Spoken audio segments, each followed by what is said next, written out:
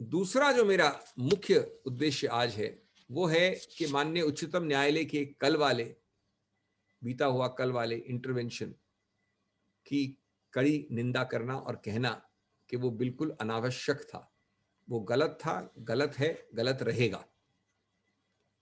वो गलत इसलिए था क्योंकि वो अपने आप सुओ मोटू सुधार के लिए नहीं किया गया, लेकिन उच्च न्यायालय के विभिन्न आदेशों के रिएक्शन में किया गया।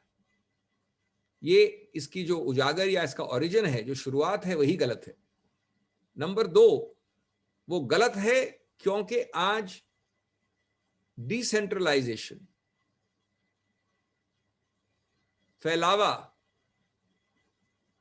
न कि केंद्रीकरण की आवश्यकता है, न न्यायपालिका में, न कार्यपालिका में, न समाज में, जहां तक कोविड का सवाल है।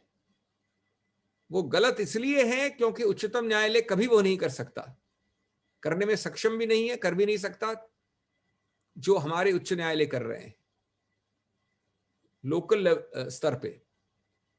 उदाहरण के तौर पे जो 9 बजे रात को उच्च न्यायालय ने राहत दी, कम हो ज्यादा हो, पूरा प्रयत्न किया राहत देने का ऑक्सीजन के विषय में दिल्ली के आम आदमी को। क्या वो अलग अलग भागों के लिए उच्चतम न्यायालय कर सकता है? बिल्कुल नहीं। ये इंटरवेंशन, ये हस्तक्षेप उच्चतम न्यायालय का गलत है क्योंकि आखिरी मिनट जब माननीय मुख्य न्यायाधीश का एक दिन बचा है,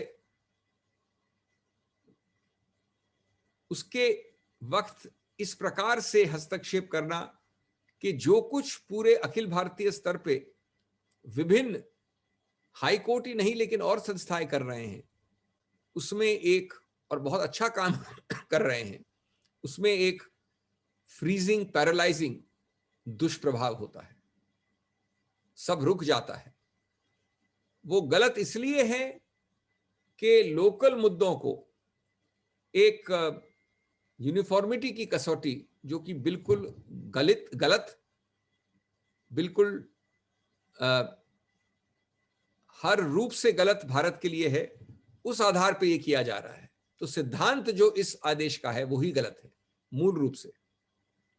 वो गलत है क्योंकि इससे हिम्मत, जागरूकता, हौसला उन संस्थाओं का, जैसी कई गैर सरकारी संस्थाएं हैं, एनजीओज, हाई कोर्ट्स इत्यादि इत्यादि, विभिन्न व्यक्ति जो ऐसा काम लोकल लेवल पे कर रहे हैं, वो प्रतिबंधित हो जाते हैं, झिझक जाते हैं, भयभीत हो जाते हैं।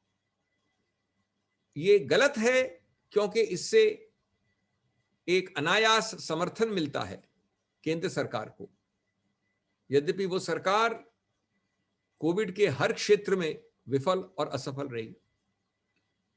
ये गलत है क्योंकि जो विभिन्न स्टेक होल्डर्स हैं इस मुद्दे पे, उन सबको दरकिनार किया गया और एक ऐसी संकीर्ण सर्कल को बनाया गया जहां से प्रॉब्लम की उपज है, वहां हल कैसे निकल सकता है।